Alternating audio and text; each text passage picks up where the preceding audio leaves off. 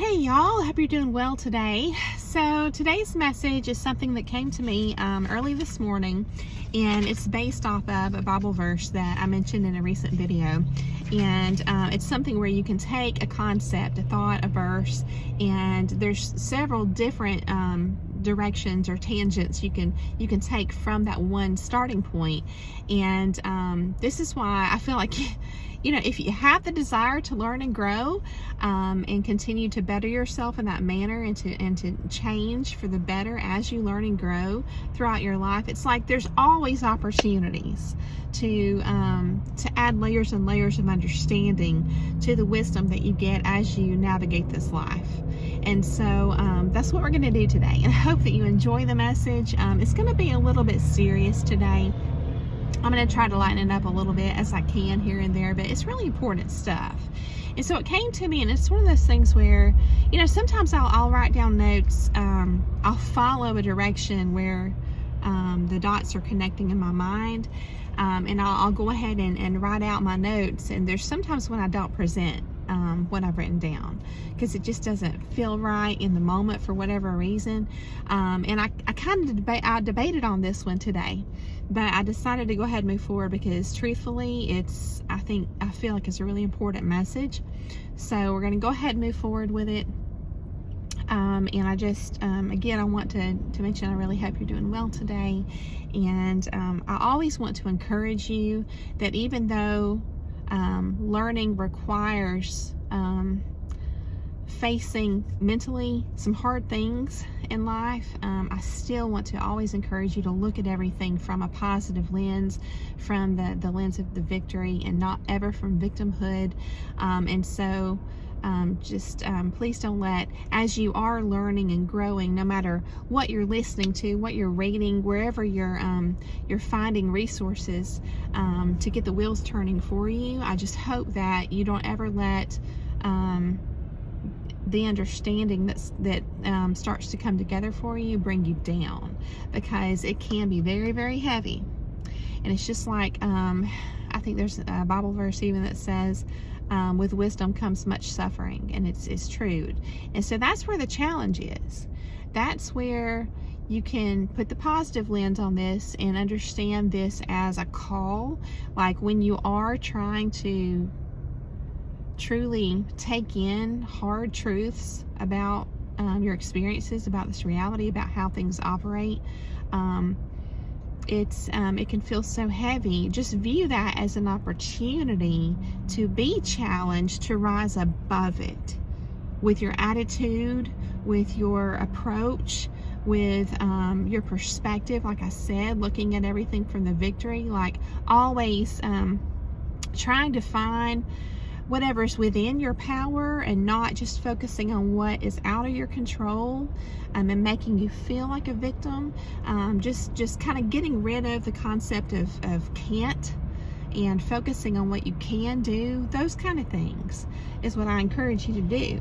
So the heart of today's message is going to be centered around I guess what you might call integrating or assimilating what we have learned.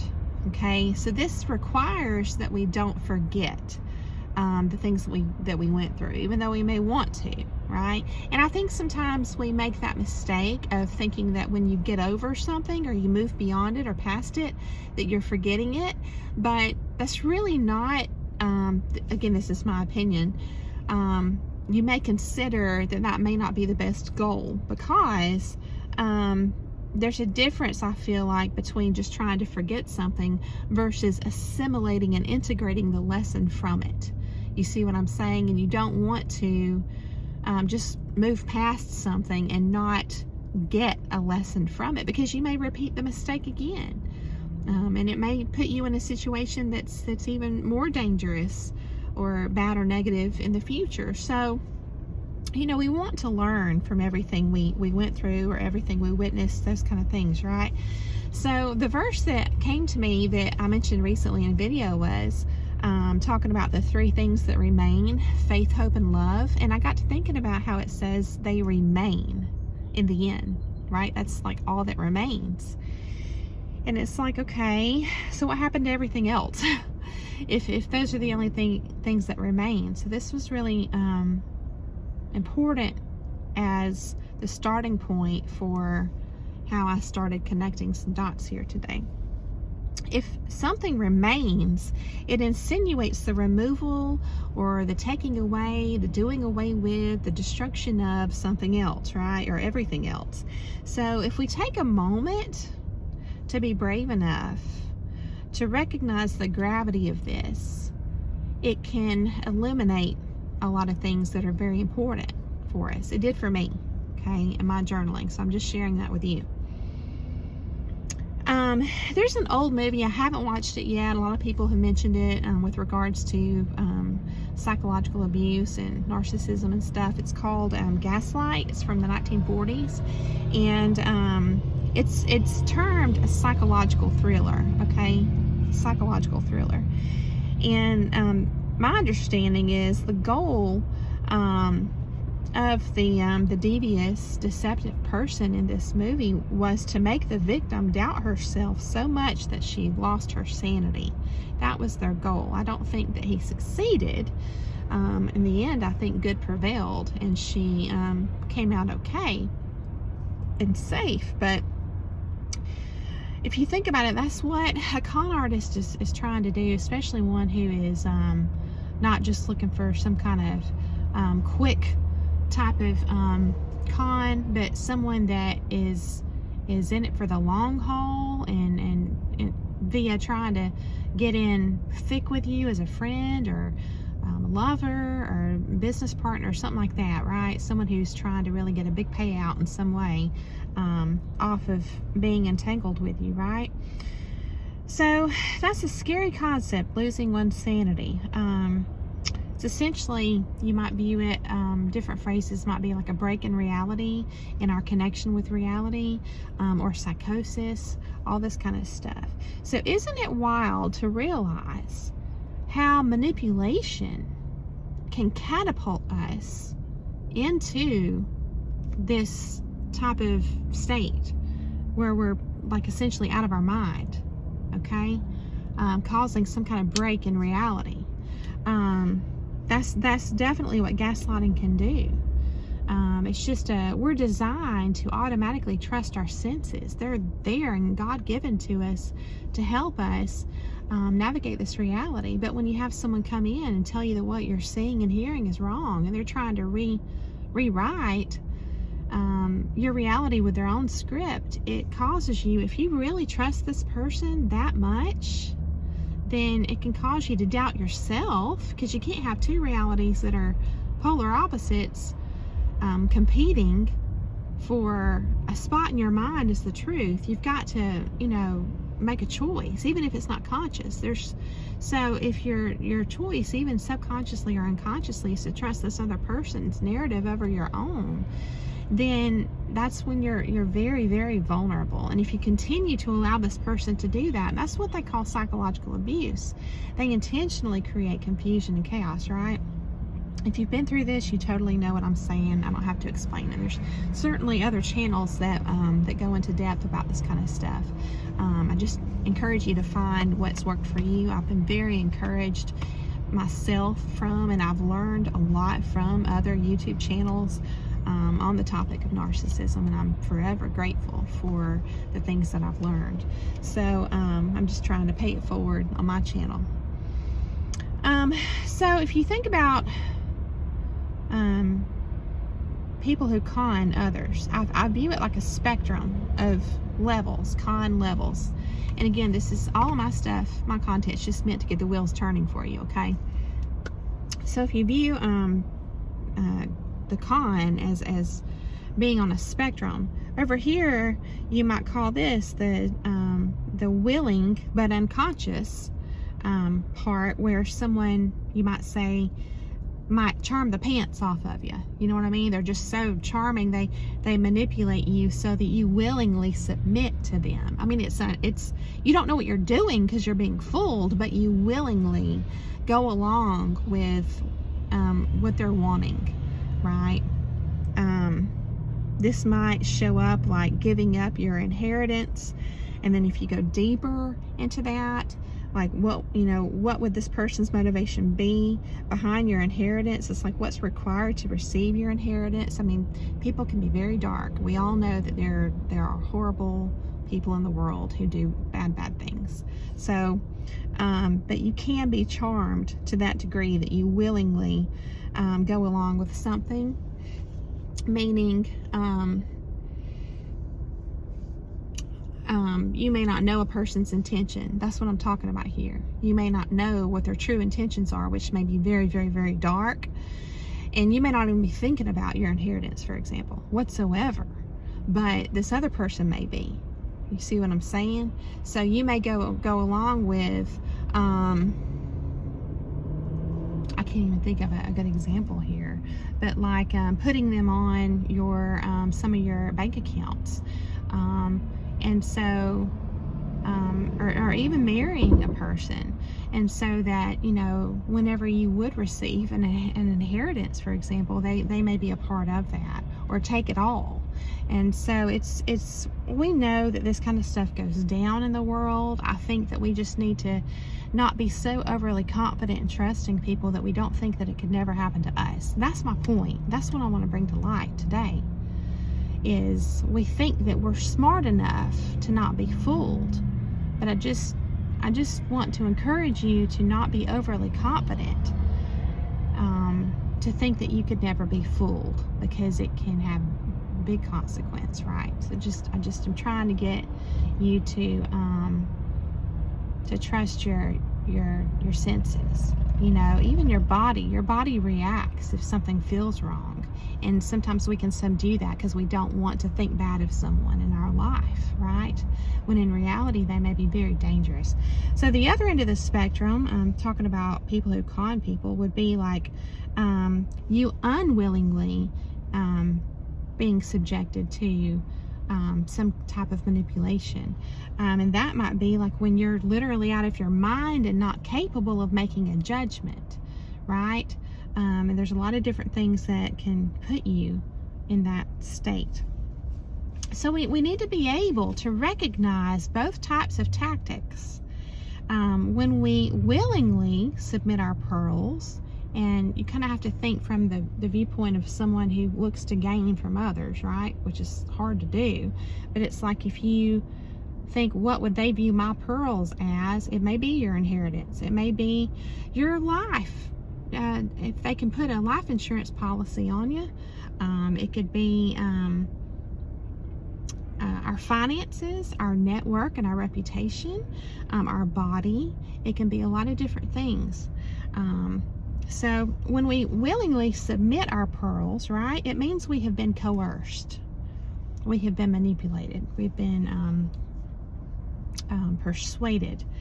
And essentially our minds have been manipulated to adopt another person's agenda, okay? But it's done in a way to only see the benefit for yourself or others, right? The one pulling the strings seems not only harmless, but even helpful. So this is just something you need to keep in mind. Sometimes people seem helpful because they really are helpful. They're good people, And we never need to give up faith that there truly are good people in the world. That's a big danger. When you go through something wild and crazy and it rocks your world, I just encourage you, please don't apply what you've been through to just all of humanity and just give up hope in that regard. But just understand too that if there's something deep down that just doesn't feel right about a person or situation, they truly can seem very helpful and harmless, and that would not be the case. Now, when we unwillingly submit our pearls, we have done so because our judgment has been damaged.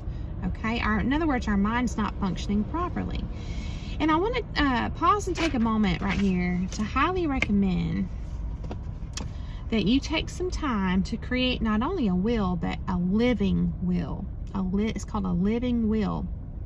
Okay, and as you're doing this, first of all, I first and foremost advise professional guidance on this. Because it's really a very important document, and I'm not certainly certified or licensed to be able to guide someone in that manner. I just want to bring it to your attention.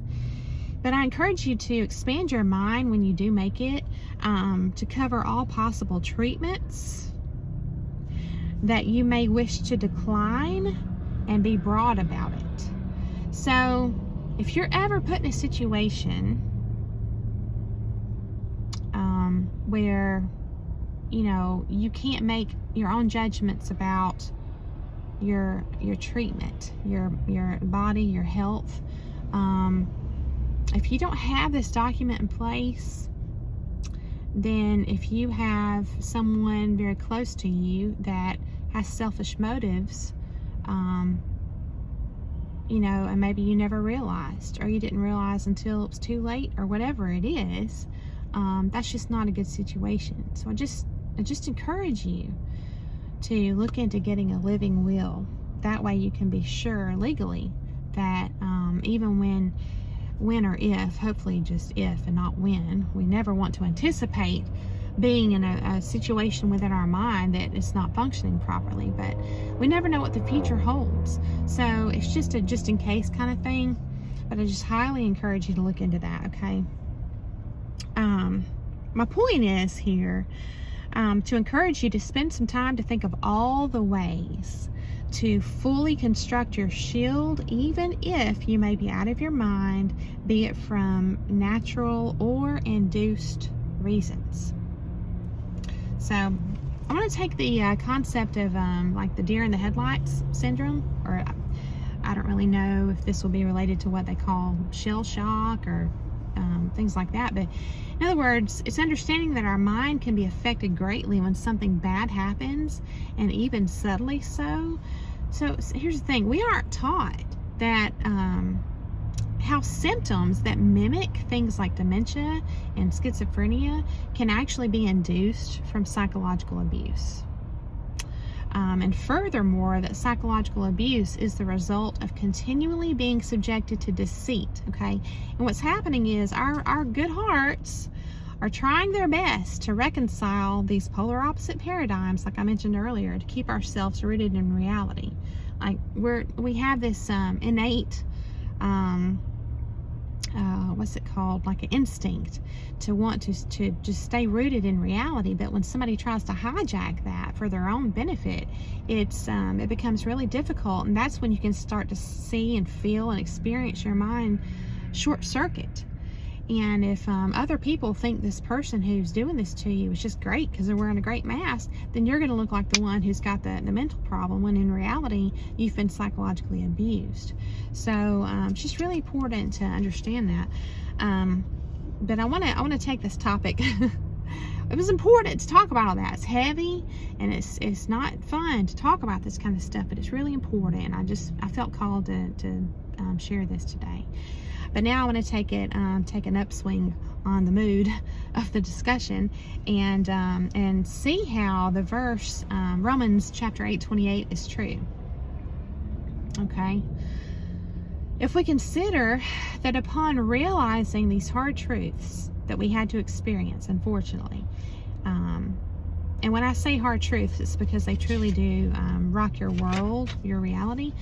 But if you have been through experiencing or even witnessing evil, like what we talked about today, remember, it's dressed up as nice and helpful and supportive a lot of times, okay? Or helpless, vulnerable, needing you. It's just we're so many different masks. And not only if you've been through it, but especially if you have been able to mentally assimilate or integrate how the darkness works without losing your sanity, all right, from sheer shock, you are now in a position to face hard things and retain your senses when others can't. So think about people who work in emergency situations, EMTs and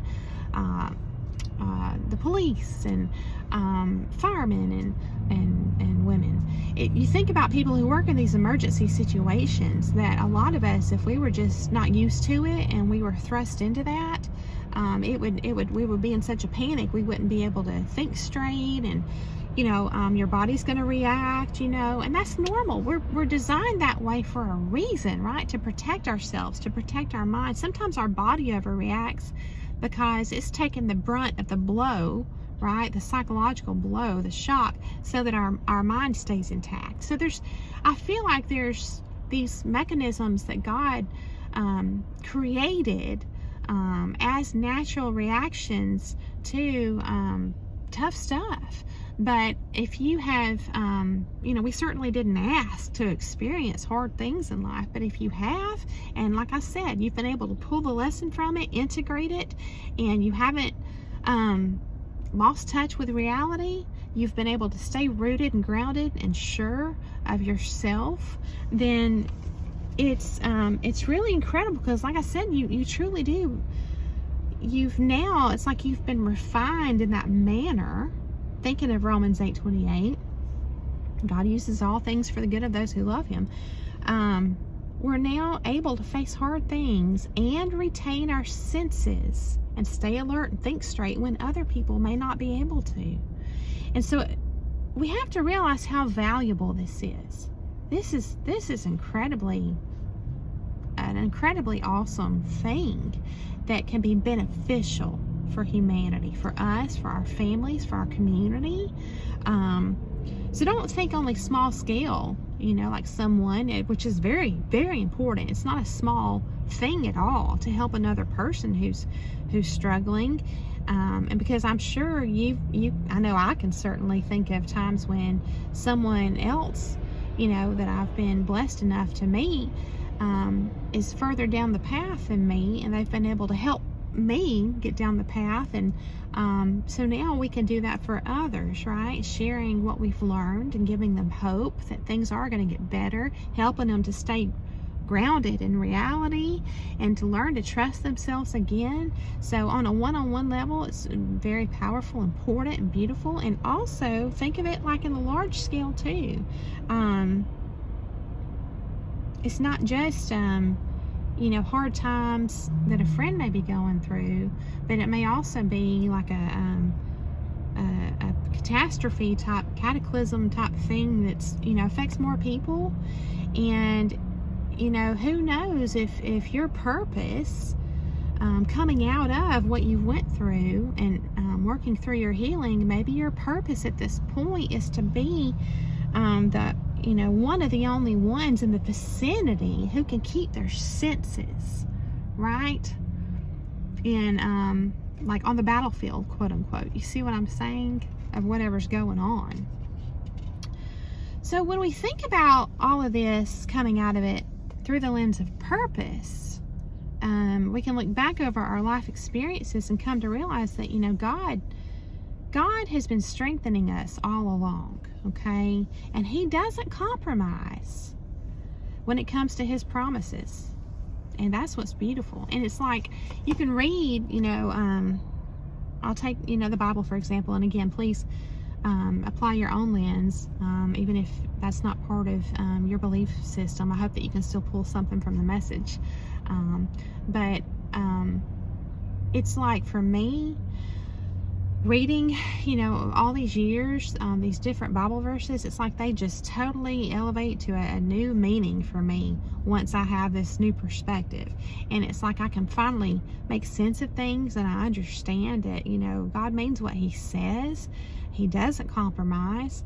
He doesn't have to compromise. And also, He makes a way where we can't see any. It's one of those things where, our sight can be limited as human beings by design. And it's like, with God, all things are possible. And we kind of start to get a glimpse of that as we see how He's working in our lives. Even using those tough times to refine us in His own way. So I hope this has been encouraging for you. I hope that it's been informative and inspirational. And I really encourage you to look into all the different ways you can strengthen your shield, and look, down the road, and try to always protect yourself and your loved ones, and always seek out the positive and try to find joy every day, even moment to moment. The small things really are the big things, and they can't be bought, and we know this, but I just encourage you to never get bogged down and weighed down with the heaviness of some of these truths. Just understand that they are there to teach us some lessons, and to help us learn and grow, so that we can help others when they're going through a tough time as well. Okay, so find the joy in today. Thank you so much for coming along to listen to the message today, and I hope that you have a beautiful day, and I'll see you again very soon.